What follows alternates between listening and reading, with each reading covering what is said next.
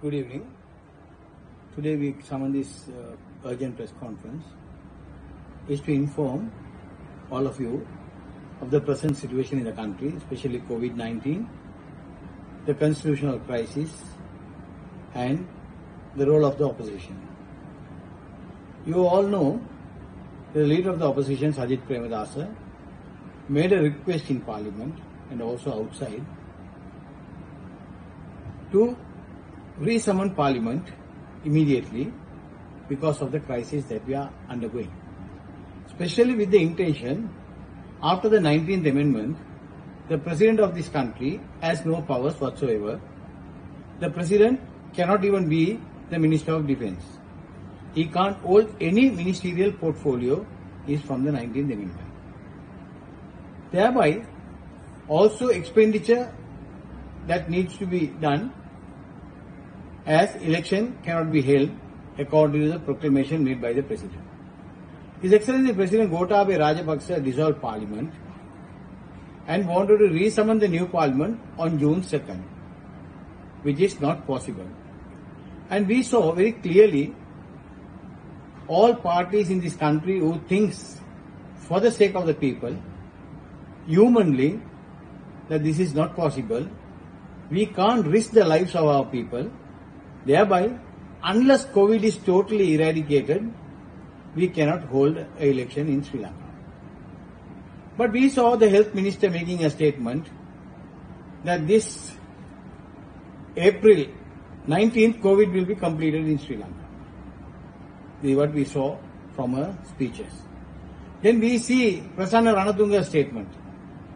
If we see Chandrasena making statement for the last 1 month, if you see his statements, so much of contradiction that we might go mad looking at what the present government ministers are speaking.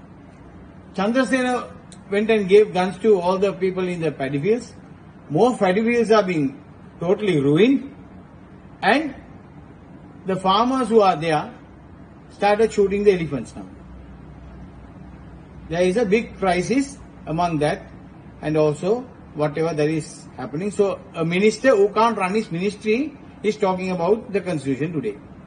We see the health minister who does not know what to reply to when Honorable Sajith Premadasa questions her on various issues. She gets the officials to write a reply and she is just blunt to it and says, no, we are not going to do that, we are not going to accommodate, we don't need masks, we don't need anything, we will bring tourists from other countries. This was the reply from Pavitra Vanyadi, the Minister of Health.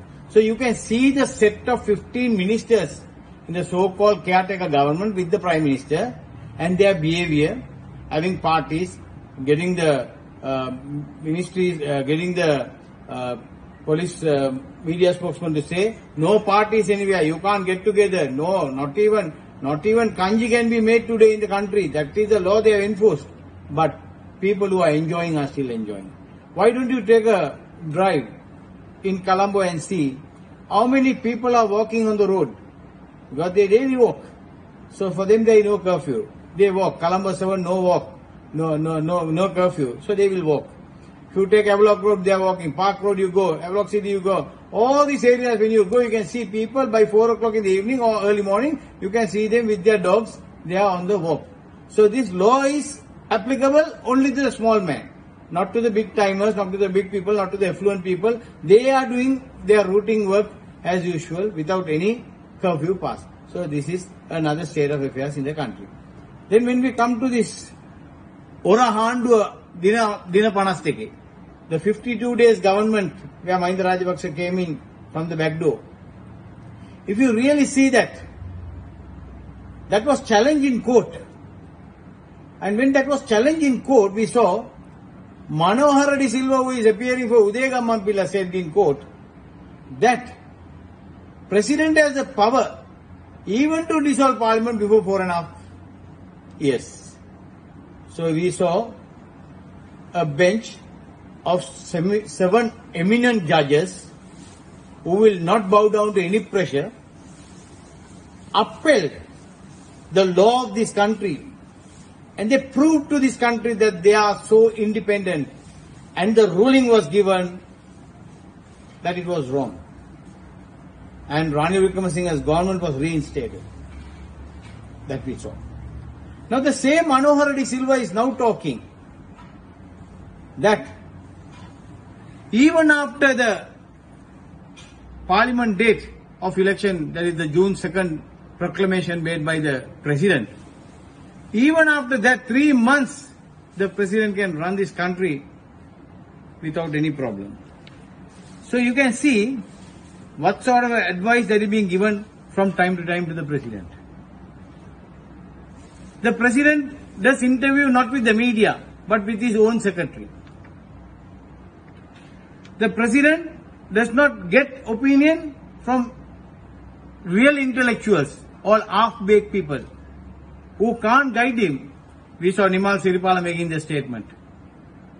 We saw Sushil Premajayantha making a statement. We see Udaya Gammambila making a statement. Are these people practicing? No. Only when you have a case for their government or against the government, when Mahinda Rajapaksa got 52 days government, we saw all these people with the gown coming into courts. Only then they go to courts. The problem is they are trying to interpret the law in their favor. So let court decide. When the election commission wanted His Excellency the President to consult the Supreme Court, his secretary writes to them, not necessary. Our President knows everything. Our President is a master of all trade. He knows the job. So we don't need, without him doing anything or asking for Supreme Court approval, he will run the country. He has done it before as Secretary Defense. That is the sort of reply that we get from these people. Then, when we see people who are getting detained today, detention orders are given without any approval or any law today.